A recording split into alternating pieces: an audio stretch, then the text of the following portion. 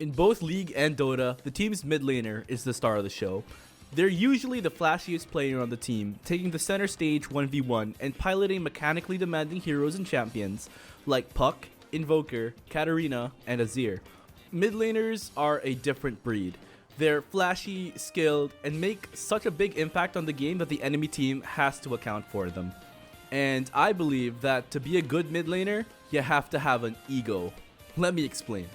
A player's ego is their sense of belief in their own identity, and their desire to live up to that self-imposed image. This image can manifest itself in many ways, but for the mid laner, it usually ends up being the single best player in the entire f***ing lobby.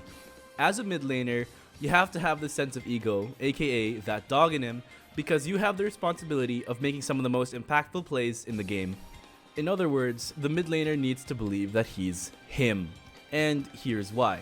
In both games, mid lane is the shortest lane, meaning that the enemy creeps and minions will be arriving at the lane sooner than anywhere else on the map.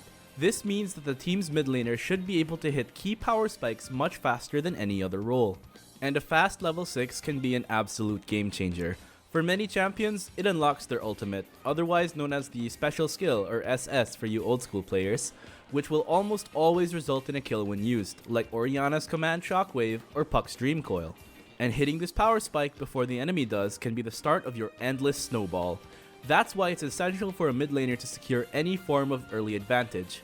A gank from a jungler or a timely rune can completely shift the lane, and ultimately the game in your favor. Both League and Dota have different ways to earn an advantage. In League, winning in the mid lane is about taking smart trades, coordinating with your jungler, and forcing your enemy lane mate to expel resources such as pods and summoner spells. If all goes well, you're able to force the enemy to take a bad back or even kill them outright, which should give you a huge advantage in the lane. All the while, you're trying to balance harassing with last hitting your own minions, because if you don't, that's gold you're leaving on the table, and we all know how important gold is in League, especially early game. In Dota, that also applies, but mid laners can also deny their creeps to give a reduced amount of XP to the enemy and give them zero chance of securing the gold bounty. One key difference between the mid lanes of the two games is their size. While the mid is often cited as the shortest lane in League, its area during the laning stage is still much longer than that of Dota. This means that you can more effectively zone off your lane opponent in Summoner's Rift, as long as you can freeze the lane. Speaking of freezing lane, there's pretty much no way to do that in Dota, because you can manipulate the creep aggro by issuing an attack order on your opponent. I somehow forgot this essential mechanic in my first video, and some of you in the comments were very kind to point that out. Thanks for that. Also, Dota has this really annoying mechanic where if you're a ranged hero, you have a chance to miss your auto attacks on a target that's uphill. That means you need to mind your positioning and play around high ground. Dota also has a special mechanic called runes. These are magic stones that appear every 2 minutes on designated spots in the river, and picking them up grants a unique buff, ranging from regenerating a bit of extra mana and HP to granting amplified damage for a short time. To best utilize these runes, Dota players can buy an item called Bottle. Just like Hydro Flasks and Stanley Tumblers, this item is pretty overpriced at about 600 gold. Think of it like a refillable potion, but it also regenerates mana. When a player with a bottle interacts with the rune, they can bottle it up, refill it, and reserve the rune to be used for later. The rune buffs themselves are quite powerful, but just having the ability to instantly regenerate health and mana while your enemy can't can already be enough to win you the lane. And you need to generate some sort of advantage in mid. Their central position on the map also allows mid laners to make plays all over, with the expectation that the mid laner will either provide pushing pressure at mid or ganking pressure elsewhere. The central position on the map also provides the mid laner with easy access to neutral objectives like runes in Dota or void monsters and dragon in League to give their team the edge. Having an early lead opens up all kinds of positions around the map, because it means you'll have an extra man to make plays while your opposing mid laner is busy playing catch up. Because of all of these things, a team's mid laner has to make good decisions to maximize their position on the map. The best mid laners are constantly calculating, asking themselves, how can I make the most out of this situation? Is it best to stay for another wave, or is it time to go gank? I forced my opponent out of lane. How do I capitalize? And this is where a mid laner's sense of egotism kicks in. More than any other role, mid laners need to play to enable themselves. They should be able to trust their gut and call their own shots. You're not a jungler or a support who's expected to play for their team. You're supposed to play to get any sort of advantage over the guy on the other side of the river. And honestly, this means you have to play like a jerk sometimes. This means demanding that your support who just respawned TP mid for the sole purpose of refilling your bottle. This means taking your own jungler's raptors when you're ahead so you can continue to grow your own snowball. This means holding your TP and letting your team die because they took a bad fight so you can farm and hopefully turn the game around. Your team will complain, but they'll be grateful once you're hitting the enemy Nexus or Ancient because of the massive advantage you've gained. Mid laners are also the team's key playmakers. Arguably, they're tasked with making even bigger plays than their jungler and position 4 because of their level and gold advantage. That's why mid laners tend to have these big flashy spells which take skill to land, like Ori's Command Shockwave, Azir's Shurima Shuffle, Queen of Pain's Sonic Wave, and Invoker's everything. These are game-breaking spells when they land, but easy to whiff if you're not practiced. In that sense, playing as the mid laner comes with a lot of pressure. The team expects you to be able to perform and make an impact on the game through ganks, winning lane, taking objectives, hitting big spells, and generally playing better than anyone else on the team. As the mid laner, you're the team's rock. Because of your resource advantage, you're always going to be a factor, if not the main threat, that the enemy team has to account for. And some players will crack under this pressure. It's genuinely scary to have this level of responsibility and to use these big teamfight spells, which is why they pick Yuumi and never unattach. If you want to play mid lane effectively, you need to be able to develop the ego to thrive under this pressure. To do this consistently, you need to cultivate a sense of confidence in your abilities to reaffirm that sense of self. And to boost your confidence, you need to tap into where it comes from. So where does a mid laner's confidence come from? To be completely honest with you, before doing this video, I had absolutely no clue. I primarily play top lane and enjoy my unconscious Unga Bunga 24/7 slugfest even if I'm 5 deaths down against the enemy Aatrox. And that's why I spent 4 hours reading through research papers on sports psychology to help me make this video. So according to this one on self-confidence in sports published in the International Journal of Indian Psychology, a player's confidence in their ability directly comes from or from a mixture of these 5 things. The first one being mastery. The more time you spend practicing on a single character, the more you'll understand about their kit and simply get better with them.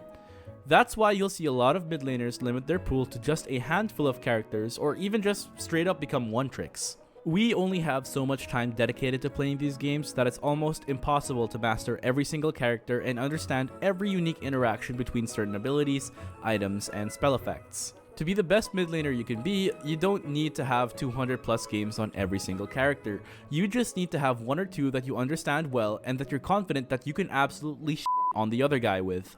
There are very few mid lane players that can pick anything and then just sort of make it work, and even then to do that you need to have a stronger grasp of fundamentals than most other players. The only examples I can think of for this being Topson for Dota and Faker for League at their respective peaks. Trying to get to their level is a nice goal to have, but they're the exceptions, not the norm, and you should never compare yourself to them if you're actually trying to get better at the game. Both Dota and League have a mastery system, with the formers unfortunately being behind a paywall, where you're able to track your mastery on that hero and flex on your opponents with either unlockable voice lines or an emote. Oh, shut up already! The next place where players get their confidence from is preparation. Athletes don't just warm up because they're trying to prevent injury. That's a part of it, yes, but an athlete's pregame ritual is important for their mental preparation as well. And I'm not just talking out of my ass here. According to Van Ralt et al., athletes who complete a form of mental warm-up before exercising tend to feel more fit to perform, less stressed, and more prepared to use their mental skills during the actual exercise. And according to Hobson et al., these pregame rituals provide a buffer against general anxiety and uncertainty, guiding our brain's response to personal failure. In any competitive environment, you'll see how important pregame rituals are. Such examples include LeBron throwing up chalk before a game, Cristiano Ronaldo staring at his reflection in the mirror, and Tens showing me why I'll never be good at Valorant. So how does one warm up for a MOBA game? Well, it's no question that the mid lane is home to some of the most mechanically intensive characters in either game. However, when you break things down, they really have their own cookie cutter combos like Azir's W Auto Q Auto or Invoker's Tornado EMP Cold Snap. Spending about 5 minutes practicing these combos in a private lobby before queuing up or waiting for your friends can help you not only master these combos even sooner, but mentally prepare you for using them in game. Do you guys have a pregame ritual? I'm actually curious to see what you guys do before your ranked sessions. Let me know in the comments down below. contrary to popular belief, looks do matter when it comes to self-confidence. Just like how you'll feel confident wearing your favorite outfit, you'll feel confident when your in-game character is fully decked out and customized with your choice of skin. And that's just human nature. And this isn't just about your skin. By presenting yourself as a good player through a high mastery level and rank border, you're showing the whole lobby that you're experienced with your champion, that they can trust you to perform, and that the enemy should fear you. Interestingly, the polar opposite can also be true. I personally think that the players without a skin but high mastery level are the most intimidating. The best example of this being Faker himself. It's all about being comfortable in your own skin. No pun intended. Both games actually do this through their loading screen for each lobby. League gives you a customized border based on your rank and shows your mastery level, whereas Dota gives you a whole ass animated preview highlighting a single player with a high win rate or who's coming off hot from their last game. And honestly, that is scary to fight against. Part of having an ego is being intimidating to your opponents and looking like you know what you're doing to your teammates. If from the very start of the match you're commanding a presence, you've already got an edge. Then we get to social support. As MOBA players, we know that our genre is known for its incredibly friendly and welcoming player base. But when you have teammates who genuinely believe in you and support you, it just makes the game much more enjoyable. They'll hype you up, high five, fist bump, drop a tip, and play around you and try to get you ahead. Sure, it feels good to absolutely shit on the opposing mid laner purely through outplaying them and a huge boost to your ego too, but it also feels good to get constant attention from your team and get ganks, even when you don't really need them. It shows that your teammates see you getting an early lead as a win condition, and specifically in League of Legends, it oftentimes is. Seriously, I wasn't even that far ahead. How did they already surrender? I wanted to play the game. And having this trust from your teammates is such a huge confidence boost. Being in the mid lane puts you in the perfect position to receive said support, since you'll have access to roams from both bot and top lane, and your jungler if you're playing League. And lastly, any player from either game can attest that you feel most confident when your team full of 5 randos who don't know each other just comes together like a well-oiled machine. Lastly, we have environmental comfort. In physical sports, this means being in a familiar playing field. Home court advantage is a real thing because you'll have the home crowd cheering you on. Or you could be comfortable playing in the rain or on cold days because you've trained your body and mind to perform under such conditions. There aren't such variables in the laning stage in either game. Sure, League's map changes based on Dragon Soul, but that doesn't kick in until later on. But you'll always have a mid lane matchup. You don't need to be amazing at the hero you're playing to win every game. Sometimes all you actually need is to be better than your opponent. If you're comfortable playing a certain matchup, for example if you're confident in your dodging abilities versus a Vex or Void Spirit, that already gives you a mental advantage over your opponent who may or may not know what your own game plan is.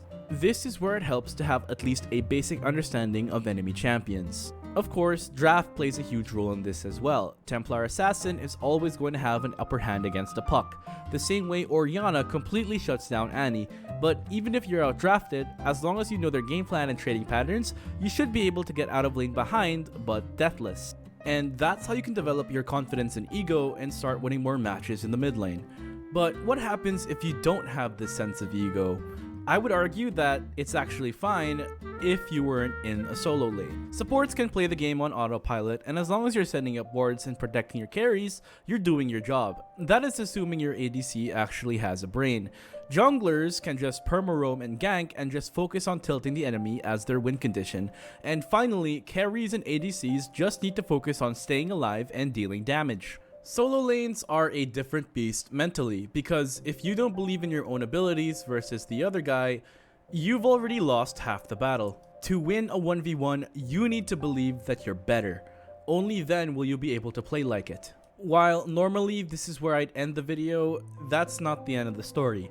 While it's important to have a healthy ego because everyone has one, regardless of what role they play, yes, even supports, there is a fine line between ego and narcissism. Narcissism is when you believe that the entire game revolves around you, and while this is literally the case because you are in the center of the map, this isn't always the healthiest mindset to have in a team game, which is ultimately what League and Dota are. And narcissism often leads to overconfidence, which is when you're confident in your abilities but lack the skill to back it up. This manifests in many different ways, like ego plays, where you try to outplay the opponent only to get beaten yourself, and you keep trying and trying to get that shutdown only to create an even bigger deficit with every single death. As a mid laner, you always want to be a factor in the game due to your central position and faster access to resources than most, but you're not always going to be the team's win condition. Some games, it will be you, but others, it will be your other cores and even your supports. The best kind of mid laners are the ones with egos, but without that overwhelming sense of narcissism. They understand that the spotlight isn't always going to be on them, but when it does shine their way, they step up to the plate and show why they're the best f***ing players in the lobby. If you liked the video or are interested in more of my content, be sure to hit that like button, comment down below, and subscribe for more. Be sure to check out some of my other content as well. Ace out.